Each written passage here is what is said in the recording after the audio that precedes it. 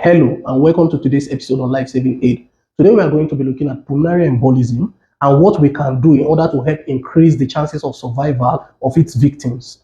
It's important we note that pulmonary embolism is a very serious medical emergency, and one way you can help the victim is your ability to quickly recognize the symptoms it presents with and quickly move the victim to the hospital. If you are unable to recognize it, the victim is at risk of dying.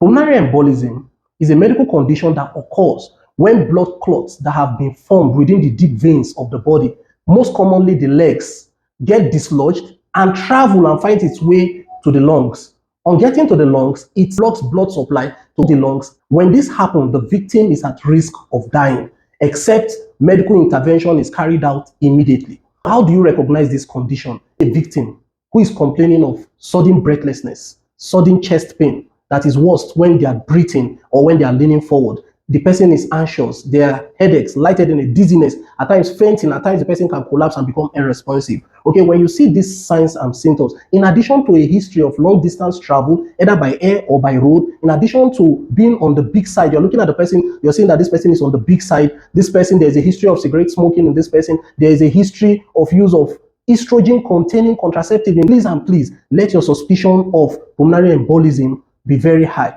The victim becomes unresponsive before the emergency medical services team arrive or before you get to the hospital. You check for pulse at the junction between the lower part of the jaw and the neck. You cannot feel anything hitting your finger. There is no pulse, no breathing. Please and please, you immediately lie the victim on their back and start chest compression immediately. You lower part of the middle of the chest with your elbows locked. You start giving chest compressions until emergency medical services arrive or until you get to the hospital. Now, the good news is this: pulmonary embolism can be prevented.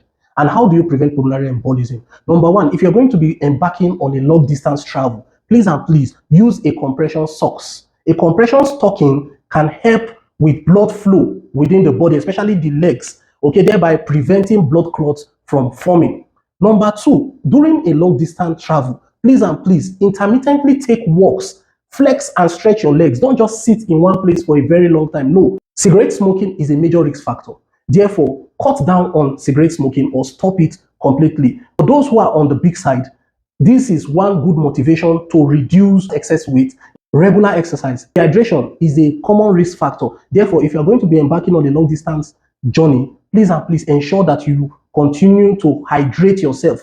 Take water. Please, this is not the type of journey you want to take alcohol. Alcohol can trigger dehydration, and dehydration can trigger blood clot formation, which can eventually lead to pulmonary embolism. So please take lots and lots of water while embarking on long distance travel. Once pulmonary embolism happens, the chances that it can reoccur is high. Therefore, ensure that you stick to your medication as have been prescribed by your doctor. There are other medical conditions that can put one at risk of developing pulmonary embolism, like heart diseases. Therefore, it's important that any medical condition you are managing, please and please take your treatment seriously. I hope this information helps someone out there. Share this video so that together we can help save more lives.